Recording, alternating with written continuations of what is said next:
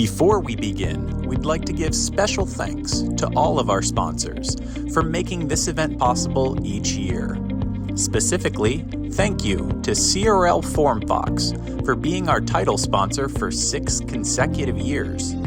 And thank you to our platinum sponsors, Psychmedics, OraSure Technologies, Quest Diagnostics, and Veriforce.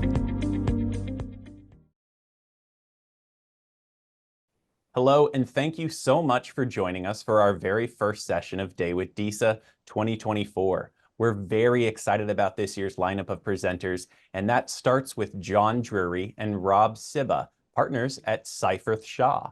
Today, they're going to be taking us through employer hiring challenges, considerations, and solutions. We're very excited about it. Rob, John, how are you guys doing today? Doing great, Tom. Thanks for having us. Doing fantastic. It's good to be here.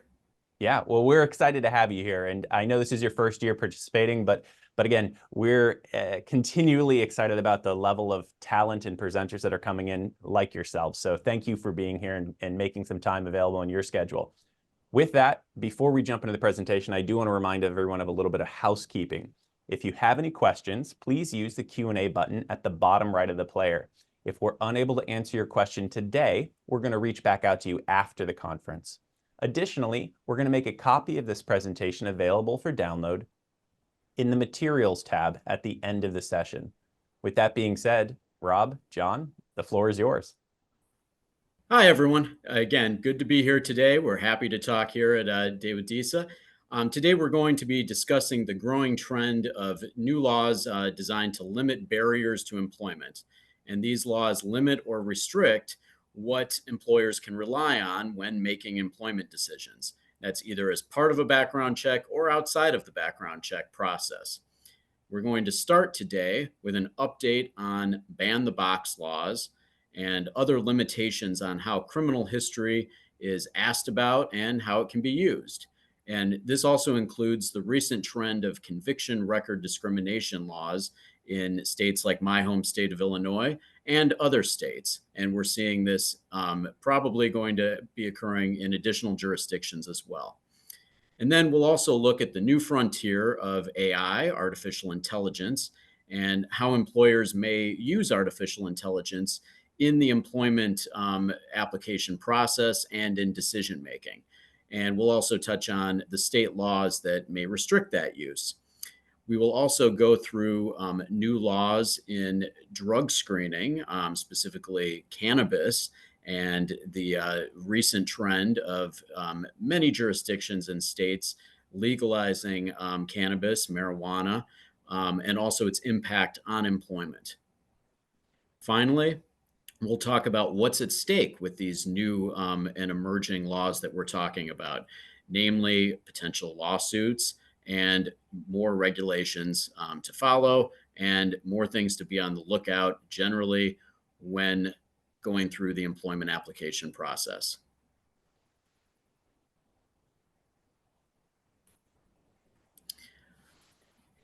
So we'll start with talking about ban the box laws. I'm sure most people are familiar with those in general. These really started to pick up steam in the last 5 to 10 years. And the general idea is that applicants should not be disqualified based on their criminal history before they have the chance to be considered for a job. This obviously results in more people with criminal records having background checks run on them since they make it further into the application process. There's a number of different states that have passed ban the box laws. And really the main issues come down to timing. When can you inquire about criminal history? How far can you look back with criminal history, with the Fair Credit Reporting Act being one key law that limits how far back you can look, and then other state laws that may limit that and narrow it even more. And then the types of records that you can look at. Conviction records, which in many states you can look back on indefinitely, although several states have limitations on that. And then also non-conviction records, which generally under the FCRA, you are limited to within 7 years, but there are many states and more states every year that attempt to limit that as well. So, now just turning to our next slide, and I'll let Rob, talk about the map that we see here and the new ban the box legislation. Sure. Thanks so much, John. And as John said, to echo, really glad to be here at Day with DISA. As we can see from the map that's on the screen at the moment, there's about 15 states and about 23 county and municipal jurisdictions across the country that have passed ban the box laws over the past, I'd say 10 years, 10, 15 years or so. You see some trends emerging from the colors on the map, the coastlines, and a couple of states in the middle, as well as a couple of various cities right around those jurisdictions. The key thing to remember with this slide is that it changes from time to time. These laws not only get passed in jurisdictions, both at the city level, the county level, the state level, they do change from time to time as these laws get amended. We've seen amendments in New York City, Philadelphia, other jurisdictions all across the country. So as we identified these jurisdictions, this is a good starting point of the areas that we need to pay attention to. The other thing to point out here is that the map reflects jurisdictions that regulate criminal background checks in the private employment context. There are additional laws beyond what you see here on the map that apply to public sector employees, for example, city, county, state level employees, as well as contractors with public entities. Those are not really the subject of today's map and presentation, but they are an important call out so that we're aware there are additional ban the box laws beyond what's reflected here. These really only apply to private employers. Now, the thing to keep in mind with these ban the box laws is that John kind of mentioned, the ban the box concept really applies to regulating when a question can be asked of an applicant as far as whether or not they have a criminal history or whether a background check can be performed that pulls their criminal history information. And what we have here on the screen is sort of the continuum of what we've seen with these ban the box laws of where they may fall. For example, we have ban the box laws in various jurisdictions that regulate the criminal background check inquiry, where that inquiry can be made at the application stage. That probably is the vast majority of the jurisdictions that have either no ban the box laws or very minimal ban the box laws. And then we see some of the more restrictive laws that are pushing that inquiry to between the interview and the conditional job offer. So for example, you have an applicant who's applied for a job, they've gotten a call back, they've gotten the interview, you've spoken to them, they seem to be good to go. At that stage, prior to the conditional offer, you may be able to ask the question after they've been interviewed. And then we see a trend with a lot of ban the box laws that push that inquiry even further until after the conditional offer has been made. So with following this example, at that stage, the applicant has been given a conditional offer that says something along the lines of, we're happy to offer you the job subject to the completion of a background check or a criminal background check. And the various laws that exist around the country will fall somewhere on the continuum. It is critical to have a good understanding of which stage that question can be asked. Now, a lot of times, it's important to also note that this will impact when a criminal background check can be performed by a consumer reporting agency. It may also indicate when an interviewer can ask that question or when that question can appear on a form or on some sort of documentation with the employee. So this continuum is sort of the overview of what these laws regulate and what the universe of these laws or what the options are. For a moment, let's talk about the laws that regulate job ads, because that effectively is the first stage. And we'll take New York City as an example. Various jurisdictions have requirements that state what can or cannot be in a job ad. Traditionally, you think of the, help wanted ad, the ad in the newspaper. Nowadays, we think of the, job posting on a jobs website or on an internal company website that might have jobs listed. New York City is a really great example because New York City is probably one of the most restrictive and highly regulated laws that are currently out there. So it's a good example to walk through what that law requires. So for example, in New York City, there can be no reference to a background check whatsoever at the job ad stage. There can be no mention of, a criminal background check will be required, subject to successful completion. The traditional felons need not apply. So the job ad itself that's advertising the job can have no reference. There is an exception for jobs that require a background check or that prohibit individuals from having some type of criminal history from holding those positions. And traditionally, we see that in some of the financial sector and some other types of jobs. Those exclusions apply, but generally, this rule holds true.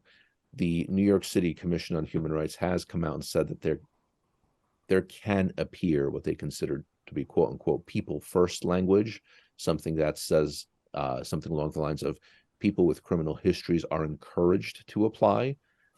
This is a little bit of a nuance as to what is considered people first language. I think that line comes from the New York City's commission example itself, so presumably it would be okay. But this is something that requires a little careful analysis as to whether it's people first language and whether we include it because of that general rule. Now, just kind of looking forward a little bit, in the context of New York City is one of the only jurisdictions that concretely requires a two-step bifurcated process for criminal background checks. A criminal background check that has to be performed after a conditional offer of employment. We'll talk about that in a few moments. And New York City also has a list of what's considered per se violations. And these I sort of characterize as the do not collect $200, do not, any of that, go straight to jail type of violations. The legal analysis associated with these becomes you're effectively, to borrow from the criminal context, guilty until proven innocent. And a lot of times with these violations, for example, including a reference to a background check on a job ad would be considered a per se violation. The language is there or it's not there. And if it's there, it's a per se violation. There's no justification, no defense. It's a go straight to jail, do not collect $200 violation. So New York City is a really great example and a really great jurisdiction for us to use to kind of talk through some of these concepts. But we want to highlight the job ads and the regulation of them in certain jurisdictions as sort of the first step in that process. Now, John, you want to tell us a little bit about California and how they handle job ads? Sure. So, I mean, similar, to New York, it's a matter of language sometimes. So for San Francisco, for example, we have the quote here: pursuant to the San Francisco Fair Chance Ordinance, we will consider for employment qualified applicants with arrest and conviction records. So again, this people favorable language. So as long as it's in that sort of, it's phrased in that way, you can have language like that. It's nothing that's going to be discouraging, though, to the job applicant in these jurisdictions. And again, the point of this is to eliminate barriers to hiring, to encourage people with criminal records to apply and to have that consideration of criminal records come at a later stage in the process. And as we go, on the next page that we go through sort of a list of some of the jurisdictions and the timing of when you can ask about criminal record history and when you can actually run a background report. And so, looking back to the map that we had before, there are a number of jurisdictions that have these ban the box laws. And really it comes down to the timing is the difference in the jurisdictions. Some, it's after the initial application or after the initial screening. More frequently, it's after you've actually been selected for an interview, and still even more frequent than that, it's when you actually have the interview. And we have a number of the jurisdictions listed there. And then on this next slide, we have the conditional offer of employment. as the point in which you can then run the background check, and you can then get information about criminal record history. And, the large, obviously we have California here. We also have Illinois in here, New York City. Rob talked about the bifurcated process there a little bit also. And we have some of the larger cities as well, Portland, Philadelphia, Austin, and DC on there as well. And so essentially it's a matter of knowing in your specific jurisdiction what is the timing for when the background check can be run. And then, on this next page, we talk about sort of what are the key issues and what are the key takeaways from all of this. And really, it comes down to, again, conforming with the timing of the jurisdiction for when you can ask about criminal record history, making sure that you're reviewing policies, and applications and procedures, making sure that your application and hiring processes don't include any offending practices in any of these jurisdictions. The preference, probably the best practice, might be to ask and focus on convictions, especially considering the number of jurisdictions where asking about other information might lead to issues. That's not to say that's in every jurisdiction, certainly. And then also to monitor new legal developments, because there are frequent changes in the law. And we also, on this particular slide, we also have just a little bit of discussion of the individualized analysis too, that really goes into a number of states now and a number of localities.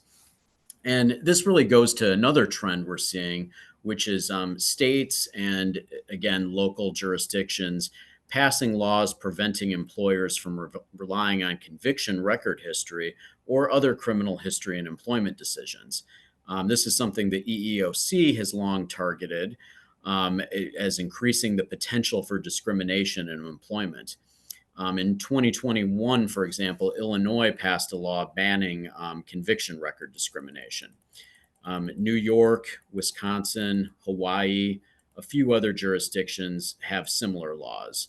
And really, it comes down to when can you take adverse action based on criminal history. And, this touches on, what's the relationship mostly between the criminal history and the job at issue.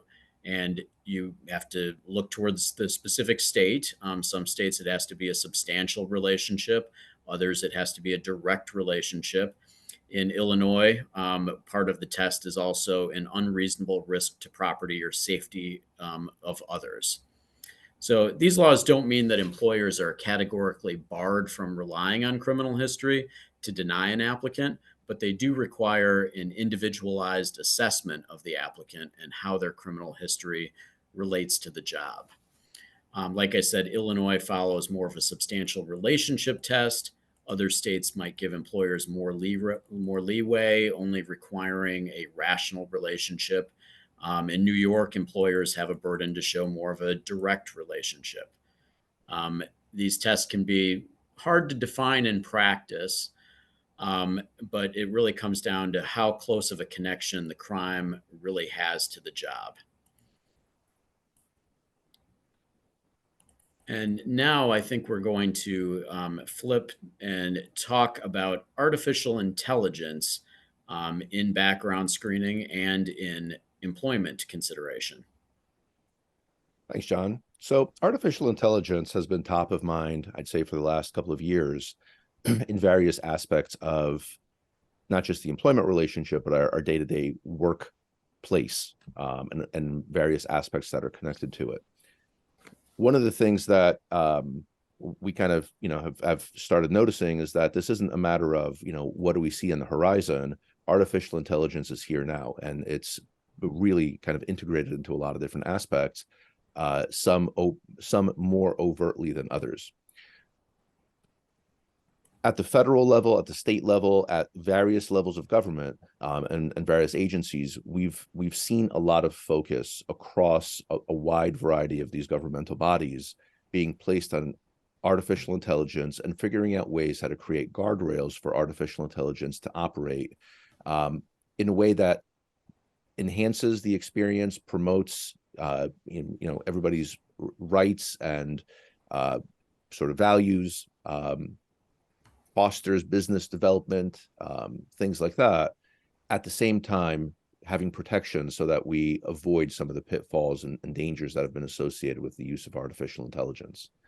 New York City was one of the first jurisdictions globally and the first jurisdiction in the US to actually pass a concrete, definitive law regulating the use of artificial intelligence in employment. Local Law 144, as it's affectionately known, has a specific requirement that companies that utilize artificial intelligence, and I use the word artificial intelligence in this context. It's actually defined as automated employment decision tools, and it could be artificial intelligence, machine learning, and the like. These types of automated employment decision tools must be subject to an annual bias audit, and there are various notice and disclosure requirements. And just to unpack that a tiny bit for purposes of this presentation, the concept of a bias audit, while not entirely cut from whole cloth, is a new requirement for a lot of the technological tools that are utilized in the context of employment decisions such as who is selected for an interview, who is selected for a job, who is selected for a promotion. Those types of automated employment decision tools, in a simplified sort of explanation, utilize technology to either replace or substantially make a decision with minimal human oversight or with minimal human override ability.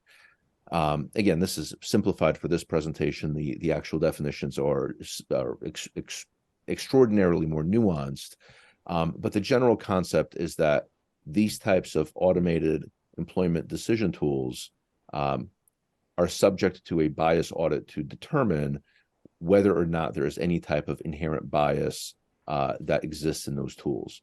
There are notice requirements where employers that utilize these tools have to notify applicants that these tools are being used, disclosures about their use, and making certain data available. This law in New York City went into effect in 2023, and really kind of resulted in the development of effectively a new industry of companies that perform bias audits, that consult on the use of bias audits, and various aspects of that.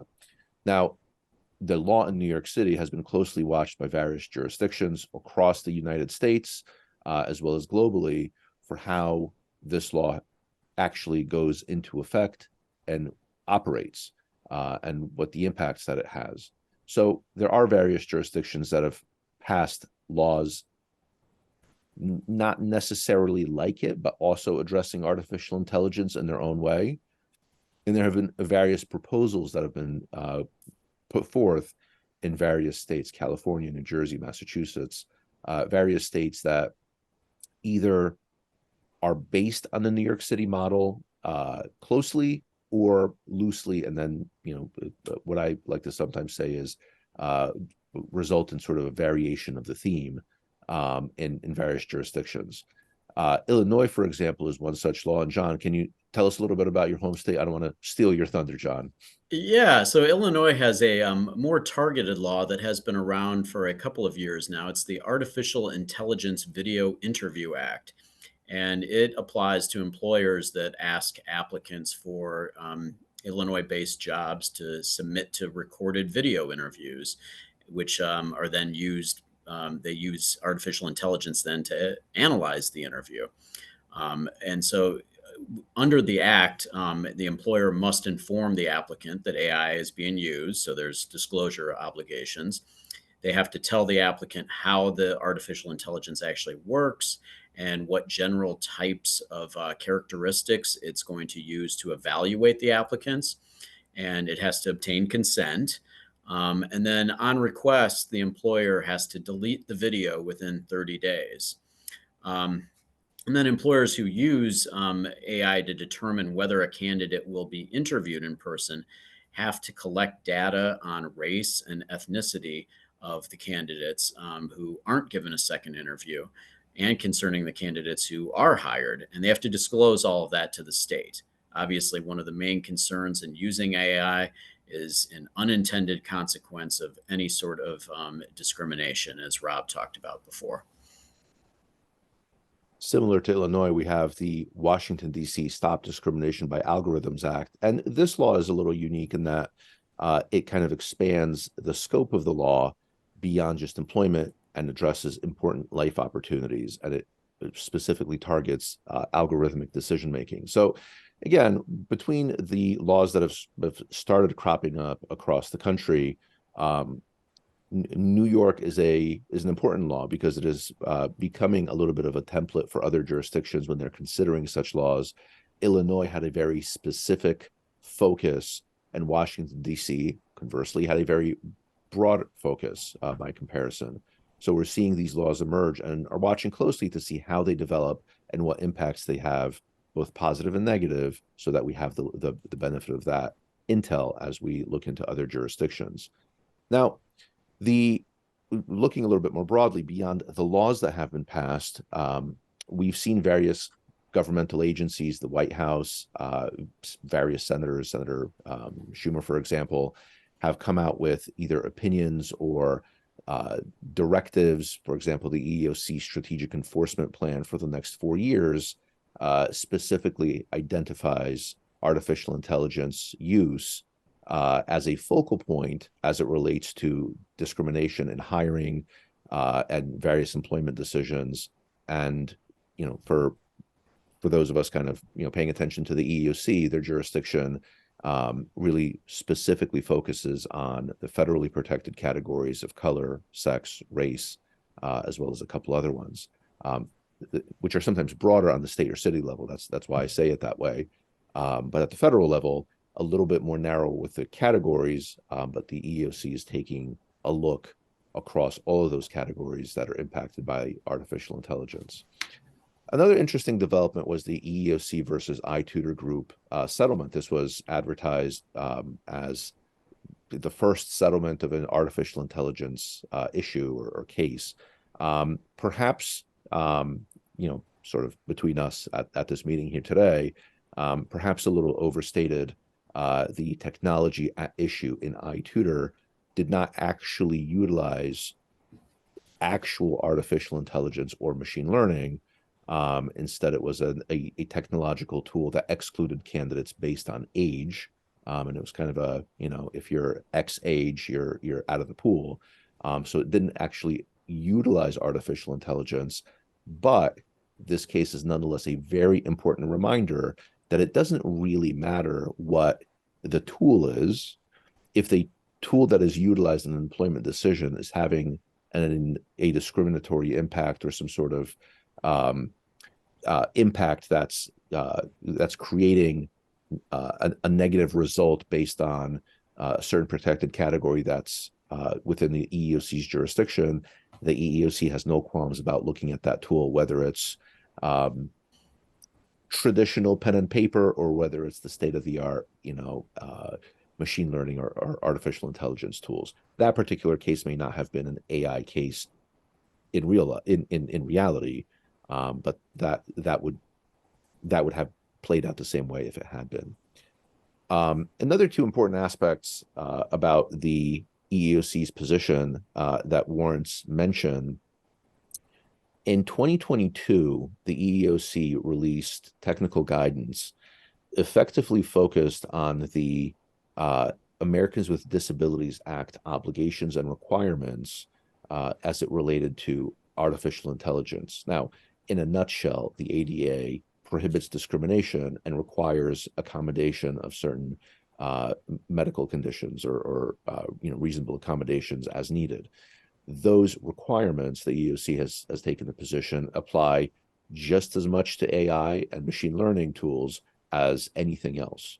So if there is an applicant or if there is a situation where an employer is using artificial intelligence and the human that's interacting with it requires an accommodation because of a medical need, the EEOC's position is that is just another Tuesday, that it applies just as much to that tool as it would anything else. The analysis may be a little different, may consider some different factors, but that analysis nevertheless needs to happen, and that accommodation nevertheless may need to be implemented. In 2023, the EEOC followed up with its second technical guidance about artificial intelligence. And in a nutshell, the EEOC's position basically said, let me see if I can characterize this in the best way possible. The EEOC's position was basically Title VII, all these anti-discrimination laws apply just as much to artificial intelligence and any other technological tool as much as any other thing that they regulate. So the EEOC's view is that there doesn't need to be any additional new law regulating discrimination with artificial intelligence. The law prohibits discrimination, period. Whether you do it by way of artificial intelligence or pen and paper or any other tool, doesn't really matter if it's having a discriminatory impact or is resulting in discriminatory treatment of employees in the employment context. That is within the EEOC's jurisdiction and regulated by artificial intelligence. I'm sorry, and regulated by the laws that the EEOC enforces. Now, moving on to... Yeah, sorry, Rob. I was going to just start as far as our next category, our next slides, we're going to be drug testing and cannabis. And this is another area where there is a number of new laws that are impacting employment day to day, and also just onboarding as well. Obviously, right now, under federal law, the Controlled Substances Act, cannabis remains illegal under federal law.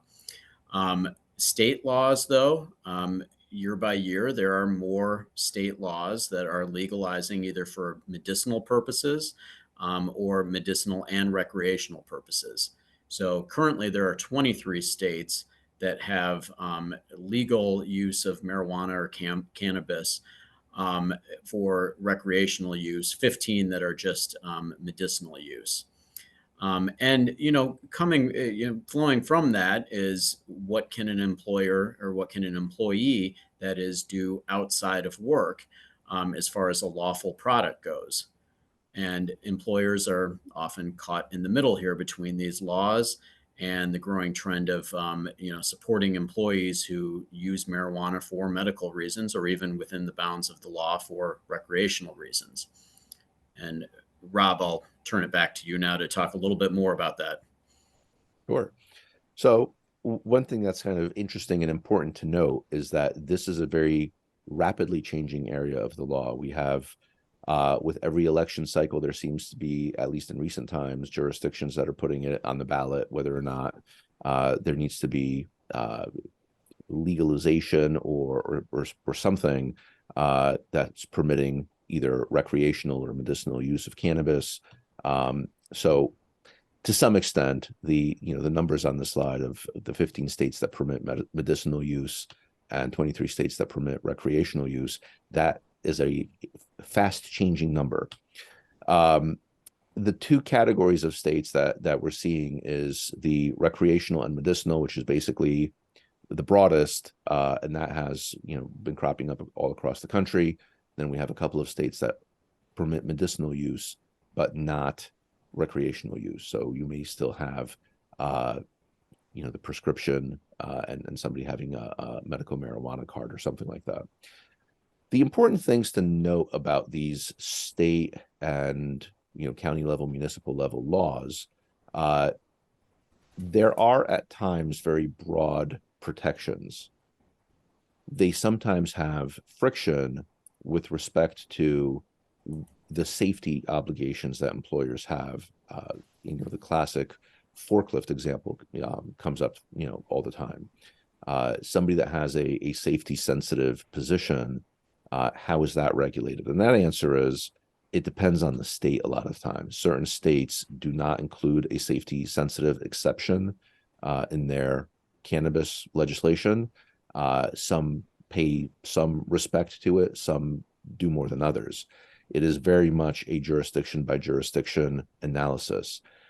It requires a look deeper into that issue because it can't be assumed anymore that there is a safety sensitive exemption for these types of cannabis laws. And it does require a careful analysis as to how that plays out. If you find that you have an employer that has I think what happens from time to time is employers over the years have always been under the impression that there is a safety sensitive component to the things that they do that these days needs to be reassessed. And whether or not drug testing can happen in various contexts, whether it's post-incident, whether it's pre-employment, can be contingent on that. Similarly, there are accommodation requirements, and these tend to pop up more in the medicinal versus the recreational states, whether cannabis use has to be accommodated at the workplace. And this sometimes collides with the safety sensitive exemption concept. This sometimes collides with what the employer is doing otherwise in their business. There's also pre-employment drug testing prohibitions in certain jurisdictions. For example, New York City's is explicit, written right into the law. New York State's is not. That is the interpretation that the Department of Labor has. But does the statute really say that? No, it doesn't. The DOL would say that it does, but it doesn't actually say those words. And jurisdictions like Nevada, that's similarly, that is the interpretation of the law. It's relatively has not been challenged yet, but that's something to bear in mind as well, is that in these jurisdictions, it warrants a much deeper look as to whether pre-employment drug testing is flat prohibited and needs to be taken off of employers' panels as they conduct their pre-employment screenings. John, how about we talk about what's at stake for non-compliance? We've covered a tremendous amount of topics and regulations and issues for employers at the hiring stages. What's at stake here? So what's at stake is making sure that you're compliant, and that can be difficult with all of the different jurisdictions that we've only had a brief opportunity to touch on. But I would say the first thing is to make sure that any state you're operating in and any locality that you're familiar with the emerging laws that we've talked about today. On the federal level, though, the EEOC, as we've talked about, their original mandate, looking for, discrimination, discriminatory practices. Those, as Rob has said, are colliding with emerging technologies such as AI, changes in the law, such as marijuana legalization and how that comes into play, and then also criminal record history. So you have to see how all of that plays with the EEOC and the Department of Labor, and keep up to date with how they're enforcing, existing laws, and then also how new laws are being interpreted. We're seeing more and more, single plaintiff matters dealing with all of these types of cases, but also class actions. If there's a certain practice that arguably is discriminatory or in other ways violates any of the laws that we've talked about here today, you could also be looking at potentially a class action if it's a systemic practice that runs afoul of any of these newer obligations that we've talked about. And then, Rob, you might want to touch on aiding and abetting as far as New York goes too, which definitely in the last couple of years has been an issue for employers. Very, very tricky issue, and not just employers. So New York is a really good example because of a court case that came out a number of years ago. And there's two very noteworthy things about that. So on the federal level, this doesn't come up as much, but at the state level, different state laws have these aiding and abetting protections built in. And the concept is that if an employer is engaging in discrimination, that discrimination could be aided and abetted by someone else, whether it's in some cases an employee of the company. So if you have X company and they're being sued for discrimination, that plaintiff may be suing an individual who works at that company for aiding and abetting that discrimination.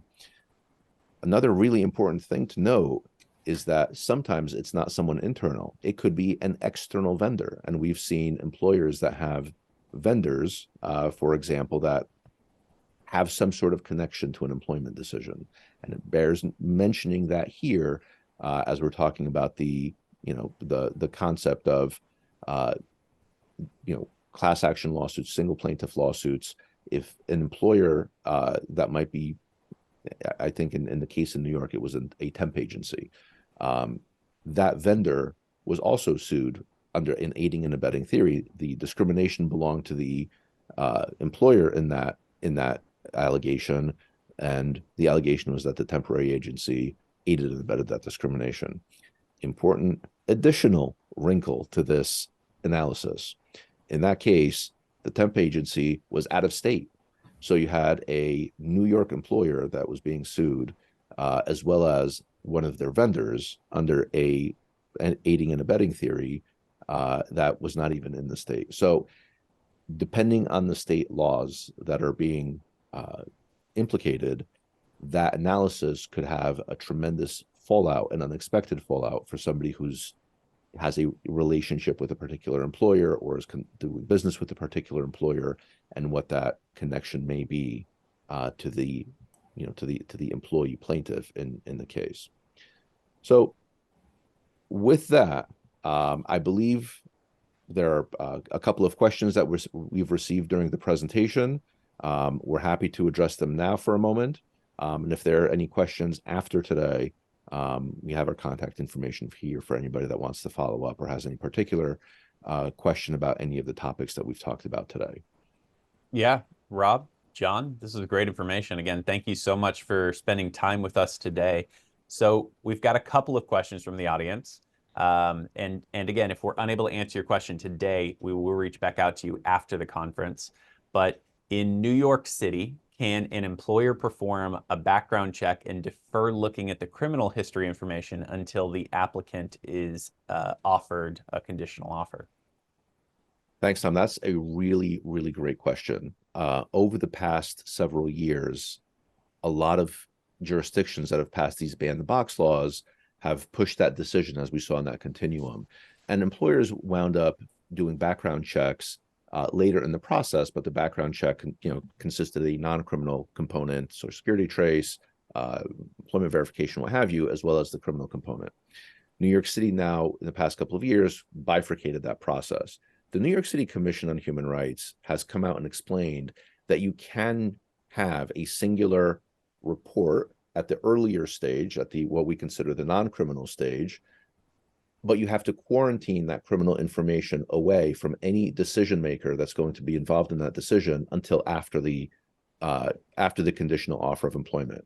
Now, although the New York City Commission has said that would be considered permissible, there are considerable risks from our perspective, at least kind of conceptually.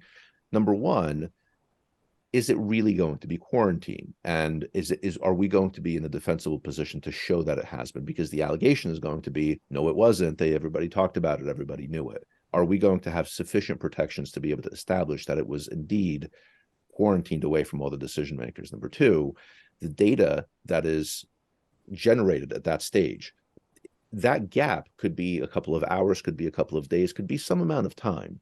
During that some amount of time, the data that was generated on the criminal side has been sitting there, quarantined away from the decision makers. There, at least theoretically, could be an issue with the accuracy and completeness if that criminal information about that individual has changed in that time. Now, in a couple of hours, it probably hasn't. In a couple of days, it could have. It's a situation by situation analysis. However, it does pose those direct considerations that have to be thought about. So to answer your question, Tom, it is possible, but we do need to have a very thoughtful approach as to how that's done.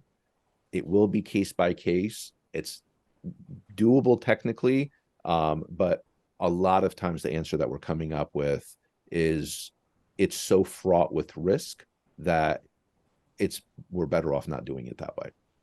Next question, do background check services count as artificial intelligence for employers? That's a really great question. So we've found that a lot of consumer reporting agencies utilize artificial intelligence on some level, whether it's a little, whether it's a lot, depends on the company and the technology that they use. And a lot of it's proprietary, and there's no, right or wrong to it. But what we've found that under the New York City law, a lot of times the artificial intelligence that is being used, the New York City law is very specific as to what it covers. And what we've found is that it's a really important analysis to conduct, but the tools that are being utilized are not being utilized in such a way that New York City law covers. However, going back to what I said about the EEOC taking a much broader view, if something, and it doesn't matter what that something is, has a discriminatory impact or results in discriminatory treatment, it would nevertheless still fall within the EEOC's and federal jurisdiction, as well as the jurisdiction of likely any other anti-discrimination statute and anti-discrimination enforcement agency. Got it. Can employers test for reasonable suspicion if someone shows up to work smelling like cannabis? I'll take this one. In the past, and that's also, a very good question, especially with the new laws as far as cannabis are concerned. In the past, the standard of response would be, yes, of course, you can test. That's reasonable suspicion. But, after, especially in the last 5 years, with more and more jurisdictions passing recreational cannabis laws, the answer has changed there a little bit, and it's become more complicated, like a lot of the things we've talked about today. So just smelling like marijuana may not be enough for reasonable suspicion without more. And that more is usually some indication of actual impairment in real time. Not just that their clothes smell like marijuana, or there might be something else. It's the something else that's there. Are they showing in their behavior on the job or their job performance? Is there some indication that they are actually impaired on the job, as opposed to perhaps having worn that while they legally consumed marijuana the night before, or even maybe a day or two before? So, just smelling like cannabis is not sufficient. I would say in New York and then other jurisdictions as well. It really is a jurisdiction by jurisdiction question, though, at this point. Okay. And last question, I know we're tight on time. When can we expect federal legislation on AI? Thanks, Tom. This is certainly not a tight on time question and answer, but it does kind of raise a couple of extremely important points about AI and how it's being regulated. So number one, the short answer to your question is probably not for a couple of years, as things trickle up and develop and make their way through the legislative process. We've seen the beginnings of that. Don't hold me to this, by the way. It could happen tomorrow for all I know, but probably not for a little bit.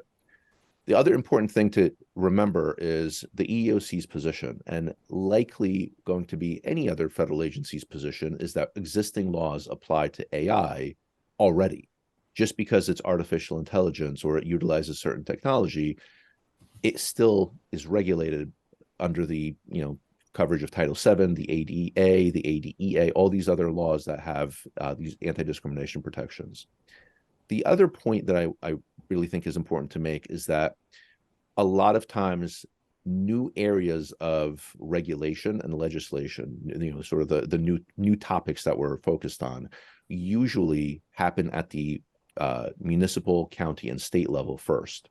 And what we see over the years as it develops is a patchwork of legislation across the states. Think of ban the box. This started with one law in one place and then grew over a number of states. And then we may see a time when there's going to be a conversation about federal ban the box across the country. We've seen that with paid sick leave. There was one law passed in one municipality, and then it caught on like wildfire across the East Coast, the West Coast, and there's been talk about federal paid sick leave. We likely will see something like that. And having spoken to some of the legislators that are pushing for state level legislation, they're looking at it that way as well. They're looking at it as it's going to be some time before we see something at the federal level we have to percolate this up. We have to create these laws, be the testing ground, create these protections for our constituents, and then that's when the federal government will, eventually take over from us. So I would say, again, the short answer to your question, not for a while. Existing laws already probably apply to a lot of aspects of AI, and critically important to be paying attention to what's going on at the state, county, and municipal level. Well, John, Rob, again, thank you so much for being here with us today and helping us kick this event off. We look forward to seeing everyone that participated in this session in many more sessions throughout the week. Thank you so much and have a great day. It's been an honor. Thank you so much for having us. Thank you. We appreciate it. Have a good Great. day, everybody. Thank you so much. Goodbye.